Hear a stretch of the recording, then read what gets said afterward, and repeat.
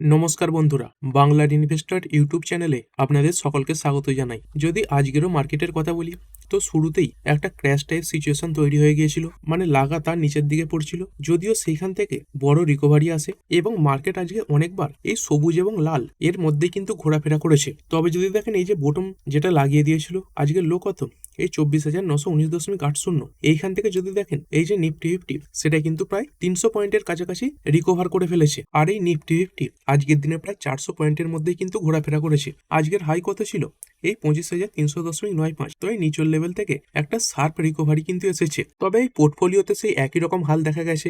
বেশিরভাগেরই portfolio আজকে হয়তো লাল নিশানেই বন্ধ হয়েছে। আর এই যে মার্কেটে প্রেসার তৈরি হচ্ছে, তার পেছনে কিছু জানা কারণ তো রয়েছে। যেমন আমাদের এই ইন্ডিয়ান রুপি দেখতে পাচ্ছেন, এটা আবার আজকের দিনে এই অল টাইম দুর্বল হয়ে গেছে। এই 91.59 কাছে পৌঁছে গেছে। তো কিছুদিন আগে কিছু অ্যানালিস্ট বলছিল যে মার্চ মাসে এই যে ইন্ডিয়ান রুপি, সেটা 92 পৌঁছবে। তো দেখতে পাচ্ছেন, এই জানুয়ারি শেষ হতে না হতেই এই যে ইন্ডিয়ান রুপি, সেটা কিন্তু প্রায় 92 কাছাকাছি পৌঁছে গেছে। এবং এটা খুবই বড় একটা দুশ্চিন্তার ব্যাপার। এবং তারই সঙ্গে সঙ্গে এফআইআই এদের সেলিং তো রয়েইছে। এবং যদি নিফটির কথা বলি, দেখতে পাচ্ছেন এরকম লো লাগাতে লাগাতে এই যে 20 ডে ইএমএ রয়েছে, তার অনেকটা নিচে নেমেছে। এই 20 ডে ইএমএ এটা কত সেট হচ্ছে? 25,764.90। তো সেইখান থেকে আমরা প্রায় কিন্তু 600 পয়েন্টের কাছাকাছি নিচে রয়েছি। এবং যদি এর আগের কথা বলি, এর আগে আমরা এরকম লেভেলে কোন সময় করে চলছিলাম? এর আগে মোটামুটি এই অক্টোবরের প্রথম দিকে আমরা কিন্তু এই 25,000 এরকম লেভেলের কাছাকাছি চলছিলাম, মানে 25,000-এর নিচে।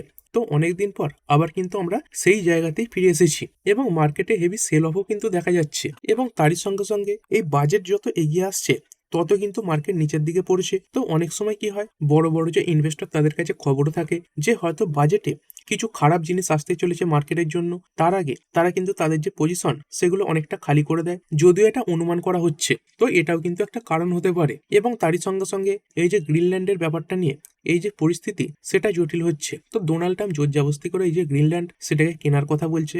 এবং সেদিকে এই যে গ্রিনল্যান্ড, তারা কিন্তু বলছে তারা ডেনমার্কের সঙ্গেই থাকবে। এবং এই ইউরোপিয়ান যে ইউনিয়ন রয়েছে, তারাও কিন্তু ট্রাম্পের এই ব্যাপারটার বিরোধিতা করছে।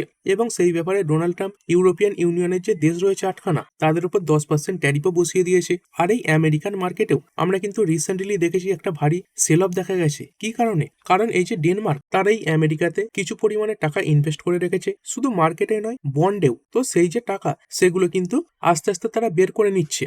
তো এই যে ডেনমার্ক, তারা এক প্রকার প্রতিশোধ নিচ্ছে, এটাই বলতে পারেন। তবে আমেরিকা তারা কি বলছে? তো এই আমেরিকার তরফ থেকেও বয়ান এসেছে। এই যে ট্রেজারি সেক্রেটারি স্কট বেসেন্টজি, তিনি কি বলছেন? তিনি বলছেন এই যে ডেনমার্ক শেয়ার বিক্রি করছে, তার সঙ্গে সঙ্গে এই বন্ড বিক্রি করছে, এর উপর তাদের সেরকম কোনো ফারাক পড়বে না। কারণ এই যে ইনভেস্টমেন্ট অ্যামাউন্ট, এটা কিন্তু খুবই কম রয়েছে। এবং যদি মঙ্গলবারের কথা বলি, এই যে সেল আমেরিকা, এই যে প্রোগ্রামটা, এটা কিন্তু দারুণভাবে চলেছিল। এবং আমরা দেখতেও পেয়েছিলাম এই যে আমেরিকান মার্কেট, সেখানে বড় পতনও দেখা গিয়েছিল। ডাও জোন্স, নাসডাক, তার সঙ্গে সঙ্গে বন্ড মার্কেট, এগুলো কিন্তু সবই পড়েছিল। এবং আজকের দিনেও দেখতে পাচ্ছেন গ্লোবাল মার্কেটে প্রেসার দেখা যাচ্ছে। এই যে ফুটসি, এটা ডাউন, তার সঙ্গে সঙ্গে ক্যাক 40 এটাও ডাউন হয়েছে, ইউরো স্টক্স এটাও পড়া রয়েছে। আর এই এশিয়ান মার্কেটগুলো, এই যে নিক্কেই, এটা দেখতে পাচ্ছেন 0.5% ডাউন হয়েছে।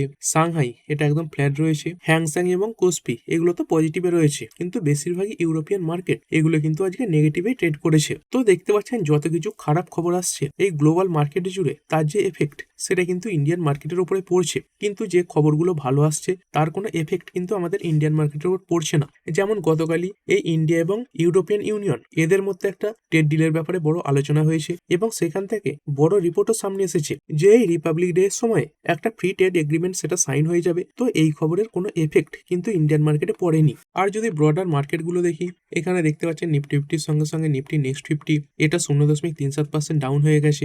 ব্যাংকও পড়ে গেছে 1%-এর উপরে। ফাইন্যান্সিয়াল সার্ভিস, এটাও ডাউন। এবং তারই সঙ্গে সঙ্গে মিড ক্যাপ এবং স্মল ক্যাপ, এগুলোতে যে পতন, সেটা কিন্তু অনেকটাই বেশি ছিল। এই মিড ক্যাপ সিলেক্ট 1%-এর উপরে ডাউন হয়েছে। এই 100, 200, 500 সব দেখতে পাচ্ছেন প্রায় 0.5% পর্যন্ত পড়েছে। মিড ক্যাপ 50, মিড ক্যাপ 100 সবই 1.10%-এর কাছাকাছি পড়া। এবং যদি স্মল ক্যাপের কথা বলি, এই স্মল ক্যাপ 100 দেখতে পাচ্ছেন 0.90% ডাউন। এবং এই স্মল ক্যাপ 50, এটা পড়েছে 1.30%। তো যত বেশি ছোট ইন্ডেক্স, সেগুলো থেকে যে পতন, সেগুলো কিন্তু তত বেশি হয়েছে। এবং ওভারঅল মার্কেট ব্রেথও ভালো নয়। দেখতে পাচ্ছেন এই এনএসসি 3,299 খানা স্টকের মধ্যে বেড়েছে 1,078 খানা, এবং সেখানে পড়ে গেছে 2,139 খানা। তো এই সংখ্যাটাও প্রায় কিন্তু ডবল। আর যদি ইন্ডেক্স ওয়াইজ কথা বলি, তো এখানে দেখতে পাচ্ছেন এই যে মেটাল ইন্ডেক্স, এটাই কিছুটা ভালো পারফর্ম করেছে, 0.57%। কারণ প্রিসিয়াস যে মেটালগুলো রয়েছে সেগুলোর দাম বাড়ছে নিয়মিত, এবং তার সঙ্গে সঙ্গে সেই সংক্রান্ত যে কোম্পানিগুলো রয়েছে যেমন হিন্দ জিঙ্ক বলুন, হিন্দুস্তান কপার বলুন, সেইগুলোতে ভালো র্যালি দেখা যাচ্ছে। এখানে দেখতে পাচ্ছেন auto, financial service, FMCG, IT, media সব ডাউন। তারপরে ফার্মা, পিএসইউ ব্যাংক তো 1%-এর উপরে পড়েছে। প্রাইভেট ব্যাংকও ডাউন, এই রিয়েলটিও ডাউন হয়েছে, এবং হেলথ কেয়ার ইন্ডেক্স সবই পড়া। শুধুমাত্র এই মেটালের র্যালির জন্য এই মেটাল সেক্টর এটা ভালো পারফর্ম করেছে। যদি কথা বলি এই সিলভার আজকের দিনে দেখতে পাচ্ছেন আবার একটা অল টাইম হাই লাগিয়ে দিয়েছে, এখন 2.06% বাড়া, এবং একসময় যদি দেখেন এটাই 3,35,000 এর উপরে কিন্তু উঠে গিয়েছিল। আর সিলভারের পার্সেন্টেজ ওয়াইজ এই যে তেজি সেটা তো আজকের দিনে কিছুটা কমেছে। তবে যদি গোল্ডের কথা বলি, গোল্ড কিন্তু এই 1.5 লাখ পেরোবার পরে বড় তেজি ধরেছে। এই গোল্ড এর আগের দিনে দেখতে পাচ্ছিলেন এই 1.5 লাখের কাছাকাছি চলছিল 10 গ্রামের দাম, এবং যদি আজকের দিনে দেখেন এই যে গোল্ড এখানে 4.5%-এর উপরে র্যালি দেখা যাচ্ছে। টাকার হিসেবে দেখতে পাচ্ছেন প্রায় 7,000 টাকার কাছাকাছি কিন্তু বাড়া রয়েছে। তো এই গোল্ড সিলভার রিলেটেড কোম্পানি এইগুলোই শুধুমাত্র মার্কেটে কিছু ভালো পারফর্ম করেছে। এবং অন্যদিকে যদি কথা বলি, অনেক কোম্পানির Q3 নাম্বার আসছে, তো তাদের মধ্যে বেশিরভাগ কোম্পানি খারাপ পারফর্ম করছে। আর খারাপ পারফর্ম করছে মানে এই নয় যে কোম্পানিগুলোর রেজাল্ট খারাপ এসেছিল, ভালো রেজাল্টের অনেক কোম্পানিও কিন্তু প্রায় 7-8% পর্যন্ত পড়েছে। যদি তাদের মধ্যেও কিছু কোম্পানি দেখি, বেশিরভাগ কোম্পানি দেখব তার মধ্যে কিছু কোম্পানি গতকাল নাম্বার পেশ করেছিল এবং কিছু কোম্পানি আজকেও নাম্বার পেশ করেছে।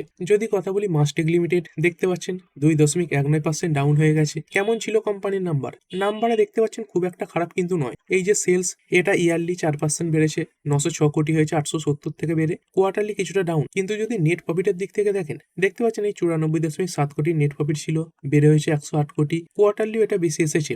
তো ওভারঅল কোম্পানির নাম্বার ভালো, তবুও দেখতে পাচ্ছেন স্টক নিচের দিকে পড়া। তারপরে এই পারসিস্টেন্ট সিস্টেম লিমিটেড এটাও এই 2%-এর কাছাকাছি পড়ে গেছে। একসময় এই যে পতন এটা আরো বেশি ছিল, আজকে লো কত লাগিয়ে দিয়েছিল দেখতে পাচ্ছেন, প্রায় 6,000 টাকার কাছাকাছি পৌঁছে গিয়েছিল। এই 6,027.50 আজকে লো। তো সেইখান থেকে 200 পয়েন্ট রিকভারি করার পরেও এই প্রায় 2%-এর কাছাকাছি পড়া। কোম্পানির নাম্বার কেমন ছিল এইখানেও দেখতে পাচ্ছেন নাম্বার ভালো। এই যে সেলস এটা ইয়ারলি এবং কোয়ার্টারলি দুটো জায়গাতেই বেশি। তারপরে এই এবিটা এটাও দেখতে পাচ্ছেন ইয়ারলি এবং কোয়ার্টারলি দুটো জায়গাতেই বাড়া। এবং যদি নেট প্রফিটের কথা বলি, তো এই লেবার কস্টের ইম্প্যাক্ট পড়ার পরেও দেখতে পাচ্ছেন এই যে ইয়ারলি এই যে নেট প্রফিট এটা কিন্তু অনেকটাই বেশি। এবং যদি লেবার কস্টের ইম্প্যাক্টটা না পড়তো তাহলে এটা কোয়ার্টার অন কোয়ার্টারও কিন্তু ভালো হতো। তবুও তারপরে স্টকে বড় পতন এসেছে। তারপরে ইপ্যাক ডিউরেবল লিমিটেড প্রায় 3.5%-এর উপরে পড়েছে। নাম্বার কেমন ছিল দেখতে পাচ্ছেন, নাম্বার প্রতিটা বেসিসেই ভালো। এই যদি সেলসের কথা বলি, ইয়ারলি কোয়ার্টারলি দুটো জায়গাতে ইমপ্রুভমেন্ট দেখিয়েছে। তারপরে এবিটা এটাও দেখতে পাচ্ছেন ইয়ারলি এবং কোয়ার্টারলি ভালো। এবং নেট প্রফিট এই 2.51 কোটি থেকে বেড়ে হয়েছে 2.59 কোটি। এর আগের কোয়ার্টারে এটা মাইনাসে ছিল। তো দেখতে পাচ্ছেন এইখানে নাম্বার খুবই ভালো, তারপরেও স্টকটা পড়েছে। তারপরে পিটিসি ইন্ডিয়া একদম ফ্ল্যাট পারফরমেন্স দেখিয়েছে, তবে শুরুর সময় অনেকক্ষণ লাল নিশানেই কিন্তু চলেছে। কেমন ছিল কোম্পানির নাম্বার? এই কোম্পানির নাম্বার খারাপই বলতে পারেন, এই ইয়ারলি বেসিসেই বলুন বা কোয়ার্টারলি বেসিসেই। এই যে সেলস দেখতে পাচ্ছেন ইয়ারলি এবং কোয়ার্টারলি দুটো জায়গাতেই ডাউন, এবং এই নেট প্রফিট এটাও ইয়ারলি এবং কোয়ার্টারলি দুটো জায়গাতেই পড়েছে। তারপরে এসআরএফ লিমিটেড প্রায় 7%-এর কাছাকাছি পড়ে গেছে। এইখানে যদি দেখেন নাম্বার খুবই ভালো। এই সেলস দেখতে পাচ্ছেন ইয়ারলি এবং কোয়ার্টারলি দুটো জায়গাতেই বেড়েছে। তারপরে এবিটা এটাও ইয়ারলি কোয়ার্টারলি বাড়া, এবং এই নেট প্রফিট 271 কোটি থেকে ইয়ারলি বেড়েছে 433 কোটি। এর আগের কোয়ার্টারে ছিল 388 কোটি। তো যদি নর্মাল মার্কেট সিজন হতো তখন কিন্তু এরকম যে রেজাল্টে স্টকগুলো প্রায় 7-8% পর্যন্ত বাড়তেও পারতো, কিন্তু তার উল্টোটাই এই সময় দেখতে পাওয়া যাচ্ছে। তারপরে এই আইটিসি হোটেল এটা কিছুটা ভালো পারফর্ম করেছে, তবে শুরুর সময় একদম ফ্ল্যাট চলছিল। এরপরে ইউনাইটেড স্পিরিট এটাও যদি কথা বলি, শুরুতে দেখতে পাচ্ছেন অনেকটা নিচে ওপেন হয়েছিল, সেখান থেকে রিকভারি দেখিয়ে একদম এর আগের দিনের ক্লোজিং প্রাইসের কাছেই বন্ধ হয়েছে। এর আগের দিনে ক্লোজ হয়েছিল 1318-তে, এই 1318.60, এবং আজকের যে ক্লোজ এটাও 1318। তারপরে এই স্মল ফাইন্যান্স ব্যাংক কোম্পানির নাম্বার মোটামুটি ভালোই ছিল, এটাও কিছুটা লালে বন্ধ হয়েছে। তারপরে বিক্রম সোলার লিমিটেড প্রায় 8%-এর কাছাকাছি পড়েছে। কেমন ছিল নাম্বার? এইখানে নাম্বার দেখতে পাচ্ছেন ইয়ারলি খুবই ভালো। এই সেলস 1026 কোটি থেকে বেড়ে 1106 কোটি, এবং এই নেট প্রফিট দেখতে পাচ্ছেন এই 19 কোটি থেকে বেড়ে হয়েছে 98 কোটি, প্রায় 436% জাম্প ইয়ার অন ইয়ার দেখিয়েছে। তারপরে সাইন ডিএলএম এটা 0.1% ডাউন। গুজরাট গ্যাস এটা 1.51% বাড়া রয়েছে। তারপরে কানাডা রোবেকো এএমসি এটা 8.67% পড়ে গেছে। নাম্বার কেমন ছিল? এইখানেও দেখতে পাচ্ছেন নাম্বার ভালো। এই ইয়ারলি কোয়ার্টারলি দুটো জায়গাতে এই যে সেলস এটা বেড়েছে। এবিটা এটাও ইয়ারলি 66 কোটি থেকে বেড়ে 72.8 কোটি, এটাও কোয়ার্টারলি বেড়েছে। এবং যদি নেট প্রফিটের কথা বলি, এই 48-এর ঘরেই ছিল, সেখান থেকে বেড়ে 52.8 কোটি হয়েছে। তো এরকম ভালো নাম্বারের পরেও দেখতে পাচ্ছেন স্টক পড়ে গেছে। তারপরে সুপ্রিম পেট্রোকেম এর নাম্বার খুব খারাপ ছিল, এটা দেখতে পাচ্ছেন গ্যাপ ডাউন ওপেন হয়েছিল কিন্তু প্রায় 2% বেড়ে বন্ধ হয়েছে। তারপরে সুপার স্টপ লিমিটেড এইটা 7%-এর কাছাকাছি ডাউন। কেপিআই গ্রিন এনার্জি এটাই 1.5% পড়েছে। কেমন এলো নাম্বার? এইখানে নাম্বার দেখতে পাচ্ছেন ভালো। এই সেলস 458 কোটি থেকে বেড়ে 663 কোটি, কোয়ার্টারলিও বেশি। এবিটাও দেখতে পাচ্ছেন ইয়ারলি এবং কোয়ার্টারলি দুটো জায়গাতেই বাড়া। এবং এই নেট প্রফিট 85 কোটি থেকে বেড়ে হয়েছে 126 কোটি। এর আগের কোয়ার্টারে কত ছিল? 117 কোটি। তো এখানেও দেখতে পাচ্ছেন ইয়ারলি এবং কোয়ার্টারলি ভালো নাম্বারের পরেও এই স্টকটা এই 1.5% কাছাকাছি পড়েছে। তারপরে থাংমাইল জুয়েলার্স, এই কোম্পানির নাম্বার ভালো এসেছে এবং তারপরে একটা বড় গ্যাপ ডাউন দেখায় এবং সেখান থেকে বড় রিকভারিও আসে। কেমন এলো নাম্বার? এর নাম্বারটা ভালো। এইখানে সেলস 1132 কোটি থেকে বের হয়েছে 2406 কোটি, যেটা কোয়ার্টারলি বেশি। এবিটা 83 কোটি থেকে বেড়ে 172 কোটি, এটাও কোয়ার্টারলি বেশি এসেছে। এবং এই নেট প্রফিট 48 কোটি থেকে বের হয়েছে 105 কোটি, এটাও কোয়ার্টারলি অনেকটাই বাড়া রয়েছে। তবুও দেখতে পাচ্ছেন এত ভালো নাম্বারের পরে মানে যখন নাম্বারটা আসে স্টক বড় কিন্তু ডাউন হয়ে গিয়েছিল। এই টপ থেকে যদি দেখেন প্রায় 8% পর্যন্ত পড়ে গিয়েছিল, যদিও সেখান থেকে পরে রিকভারি আসে। মানে মার্কেট ভালো নাম্বার আসার পরেও একবার কিন্তু যাচাই করে নিচ্ছে। আর যদি এরপরে নিফটির কথা বলি তো দেখতে পাচ্ছেন এই গত 5 দিনেই প্রায় কিন্তু 2.21% ডাউন হয়ে গেছে। তো এইখান থেকে কিছুটা স্ট্রং রিভার্সাল আসতে পারে এবং যদি রিভার্সাল আসে তাহলে কিন্তু 25,500 এই লেভেল পর্যন্ত যেতে পারে। এবং যদি নিচের দিকের কথা বলি তাহলে 24,800 এই লেভেলটাকে যদি ভাঙে তাহলে কিন্তু 24,500 পর্যন্ত যাওয়ার জন্য এই নিফটি এটা রেডি হয়ে যাবে। এরপরে একটা আইপিও আজকে মার্কেটে লিস্ট হয়েছে। কেমন লিস্ট হলো? তো প্রথমেই কথা বলি এই যে আমাগি মিডিয়া ল্যাবস আইপিও এর ব্যাপারে কথা বলছি। তো প্রথমে প্রেসারেই বেশি ছিল, বিশেষ করে যদি দেখেন এই আইপিও কটার সময় করে লিস্ট হয়? এই 10টার সময় লিস্ট হয় এবং মার্কেট এই নিচু লেভেলে চলে এসেছিল এই প্রায় 11টার সময় করে। তো সেই 10টার সময় লিস্ট হয়েছে এবং দেখতে পাচ্ছেন প্রায় 12% ডিসকাউন্টে লিস্ট হয়েছে। যদিও লিস্ট হওয়ার পরে কিছুটা বাইং এর কারণে এতে রিভার্সাল দেখা যায়। তো যদি দেখেন এরকম লিস্ট হওয়ার পরে এই বটম লেভেল থেকে প্রায় কিন্তু 10% কাছাকাছি রিকভারি দেখিয়েছে এবং এতটা বড় রিকভারি দেখাবার পরে মাত্রই 3.5% কাছাকাছি নিচে বন্ধ হয়েছে। এরপরে চলুন টপ গেনার এবং লুজার গুলো একবার করে দেখে নিই। তো প্রথমে টপ লুজার আজকে কল্যাণ জুয়েলার্স লিমিটেড 12.02% ডাউন হয়ে গেছে। তবে কিছুদিন আগেই কোম্পানি তাদের যে বিজনেসের আপডেট সেটা সামনে রেখেছিল, সেখানে কোম্পানির এই যে বিজনেস সেটা ইয়ার অন ইয়ার 42% বেড়েছিল। তবে কোম্পানিতে যে রিসেন্টলি এই শেয়ার হোল্ডিং প্যাটার্ন আপডেট হয়েছে সেখানে কিছু ইনভেস্টরের এই যে হোল্ডিং সেটা কমতে দেখা গেছে। যেমন এই সুন্দরম মিড ক্যাপ ফান্ড, এদের নামই আর দেখা যাচ্ছে না এই পাবলিক শেয়ার হোল্ডার কোটায়। তো এর আগে কত ছিল? 1.02% স্টেক ছিল। তো এমন হতে পারে তারাই পুরো স্টেক সেটা বিক্রি করে দিয়েছে, অথবা হতে পারে আংশিক কিছু স্টেক তারা বিক্রি করেছে। কারণ এই 1%-এর নিচে স্টেক থাকলে তাদের নাম এই পাবলিক শেয়ার হোল্ডার কোটায় কিন্তু আসে না। এবং তারই সঙ্গে সঙ্গে গভর্নমেন্ট অফ সিঙ্গাপুর এরাও তাদের যে স্টেক সেটা সামান্য কমিয়েছে, এই 2.01% থেকে কমিয়ে করেছে 1.75%। এবং তারই সঙ্গে সঙ্গে কিছুদিন আগে এই কোম্পানির জন্য খারাপ রিপোর্টও ছিল যে কোম্পানির যারা গভর্নেন্স রয়েছে মানে এই প্রমোটার গ্রুপ রয়েছে সেখানে কিছু প্রবলেম দেখা যাচ্ছে। এই শেয়ার প্লেজ এই নিয়েও বড় সমস্যা তৈরি হয়েছে। তার সঙ্গে সঙ্গে বিভিন্ন যে অডিটর সেই সংক্রান্ত বিভিন্ন প্রবলেম তৈরি হয়েছে। এবং তারই সঙ্গে সঙ্গে বিভিন্ন যে ফান্ড ম্যানেজার হয় তাদেরকে টাকা দিয়ে কোম্পানির প্রমোটাররা শেয়ারের যে দাম সেটাকে কন্ট্রোল করছে। তো এই সব কিছু নিয়ে বড় রিপোর্ট সামনে এসেছিল। তো এই কোম্পানির প্রমোটার নিয়ে বিভিন্ন রিপোর্ট সামনে আসছে, তার সঙ্গে সঙ্গে বিভিন্ন ইনভেস্টর এদের স্টেক বিক্রি করে দিচ্ছে। তো এইসব কিছুর কারণে আজকে কিন্তু 12%-এর কাছাকাছি ডাউন হয়ে গেছে। তারপরে এই autumn investment 6.88% down. SRF limited এটা 7%-এর উপরে পড়েছে। টাটা কমিউনিকেশন এর সম্ভবত আজকে নাম্বারও রয়েছে। তো দেখতে পাচ্ছেন নাম্বারের আগে 5.44% পড়ে গেছে। তো এমনও হতে পারে এই সময় করে নাম্বার এসেছে, যদিও সেটা এখনো চেক করা হয়নি। তারই সঙ্গে সঙ্গে টাটা কেমিক্যাল এটাও 5%-এর কাছাকাছি ডাউন হয়ে গেছে। এবং এই টাটা কেমিক্যালের শেয়ারটা তো ক্রমাগতই নিচের দিকে পড়ছে।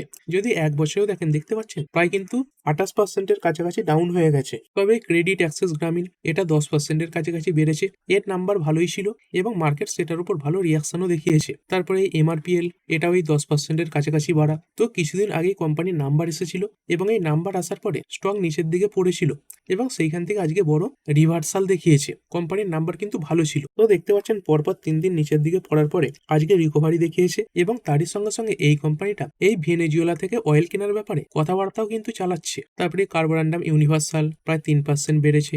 অ্যালকাইল অ্যামাইন্স বেড়েছে 3.5%-এর কাছাকাছি। ইটার্নাল লিমিটেড এরও আজকে নাম্বার রয়েছে মনে হচ্ছে প্রায় 5%-এর কাছাকাছি বাড়া। এবং তারই সঙ্গে সঙ্গে এই খবরও সামনে আসছে এই যে দীপিন্দর গোয়াল তিনি কিন্তু এই কোম্পানি থেকে রিজাইন দিতে চলেছেন। দেখতে পাচ্ছেন অ্যাজ ইটার্নাল সিইও। তো তিনি এই জোম্যাটো বা ইটার্নাল এই কোম্পানির এই সিইও পদে ছিলেন। তো সেখান থেকে তিনি রিজাইন দিচ্ছেন এবং এনার জায়গায় কার নাম সামনে আসছে দেখতে পাচ্ছেন এই আলবিন্দার ধিনসা এনার নাম সামনে আসছে। আর এটা কবে থেকে লাগু হচ্ছে? এই ফেব্রুয়ারির 1 তারিখ থেকে লাগু হচ্ছে। আর এই গোয়াল যে তিনি কি পদে থাকবেন দেখতে পাচ্ছেন ইনি এই ভাইস চেয়ারম্যান পদে থাকবেন এবং তারই সঙ্গে সঙ্গে এই ইটার্নাল বোর্ডের ডাইরেক্টর হিসেবেও কিন্তু থাকবেন। তো এই ব্লিঙ্কিট যেই কোম্পানিটাকে এই ইটার্নাল অধিগ্রহণ করেছিল বা জোম্যাটো অধিগ্রহণ করেছিল সেই ব্লিঙ্কিট কোম্পানিটাকে কোম্পানিটাকে যিনি তৈরি করেছেন বা ফাউন্ডার, তো তার নামে কিন্তু এই সিইও এই হিসেবে সামনে এসেছে। আর এই দীপেন্দর গোয়াল যে তিনি কি বলছেন দেখতে পাচ্ছেন, of late I have found myself drawn to a set of new ideas that involved significantly higher risk exploration and experimentation. তো তিনি বলতে চাইছেন তিনি এমন কিছু পরীক্ষা নিরীক্ষা চালাচ্ছেন যেটা কোম্পানির জন্য উচ্চ রিস্ক হতে পারে। তো সেই ব্যাপারেই তিনি এই সিইও পদ থেকে সরে দাঁড়াচ্ছেন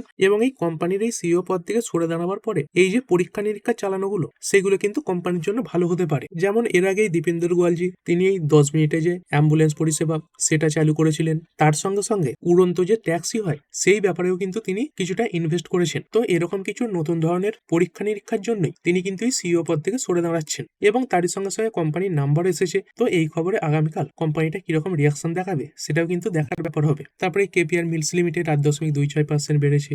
ইন্ডিয়া মার্ট ইন্টারমেস এই কোম্পানির নাম্বার মোটামুটি ভালোই ছিল, 6% র্যালি দেখিয়ে দিয়েছে। তারপরে ওলা ইলেকট্রিক মোবিলিটি গতকাল একটা বড় ডাউনফল দেখাবার পরে আজকে 1.5%-এর কাছাকাছি রিকভারি এসেছে। আর যদি আজকের Q3 রেজাল্টের ব্যাপারে কথা বলি, কোন কোন কোম্পানি রয়েছে যেমন এই ডক্টর রেড্ডি ল্যাব রয়েছে, ইটার্নাল, তারপরে হিন্দুস্তান পেট্রোলিয়াম রয়েছে, তারপরে bank of India, Jindal stainless রয়েছে, PNB housing finance, Tata communication, তারপরে Waaree energies, Bajaj consumer care রয়েছে, কানাডা এইচএসবিসি রয়েছে, তারপরে KEI industry, KPI green energy রয়েছে, ডালমিয়া ভারত রয়েছে, অনন্তরাজ, তারপরে ইউটিআই অ্যাসেট ম্যানেজমেন্ট কোম্পানি। তো এরকম প্রায় 59খানা কোম্পানি আজকে তাদের নাম্বারও পেশ করবে। আর শেষে যদি নিফটি ফিফটির কথা বলি, তো মোটামুটি নিফটি ফিফটিতে আজকে নিউট্রাল পারফরমেন্স দেখা গেছে। এই 23টা কোম্পানি পজিটিভে বন্ধ হয়েছে এবং 27টা কোম্পানি নেগেটিভে বন্ধ হয়েছে। আর কোনগুলো ভালো এবং খারাপ পারফর্ম করলো, তো সব থেকে ভালো পারফর্ম করেছে ইটার্নাল, প্রায় 5% বাড়া। তারপরে ইন্ডিগো 1.40%, ম্যাক্স হেলথ 1.32% বেড়েছে, জেএসডব্লিউ স্টিল বেড়েছে 1.28%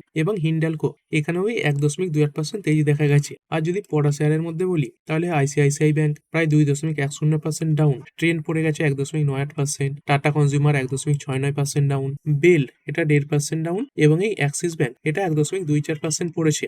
তো এই ভিডিওটা এখানেই শেষ করছি, পরের ভিডিওতে আরো কিছু স্টক স্পেসিফিক আলোচনা করা হবে। তো ঠিক আছে বন্ধুরা, আশা করছি ভিডিওটা আপনাদের ভালো লেগেছে। আপনি চাইলে এটাকে লাইক এবং শেয়ার করতে পারেন। আর শেয়ার মার্কেট সংক্রান্ত ডেইলি নিউজ আপডেট পেতে চ্যানেলটা সাবস্ক্রাইব করে রাখবেন এবং পাশে থাকা বেল আইকনটি টিপে অল অবশ্যই সিলেক্ট করে রাখবেন, যাতে পরবর্তী ভিডিওর নোটিফিকেশন আপনার কাছে সময় মতো পৌঁছে যায়। আর হ্যাঁ, ভিডিওটি শুধুমাত্র ইনফরমেশন এবং এডুকেশনাল পারপাসের জন্য বানানো হয়েছে। আমি সেবি রেজিস্টার্ড নই, তাই কোনো প্রকার শেয়ারে কোনো প্রকার বাই, সেল, হোল্ড বা অ্যাভারেজ করার কোনো সিদ্ধান্ত নেওয়ার আগে আপনার যে ফাইন্যান্সিয়াল অ্যাডভাইজার আছে তার সঙ্গে অবশ্যই আলোচনা করবেন। দেখা হচ্ছে পরের ভিডিওতে। ধন্যবাদ।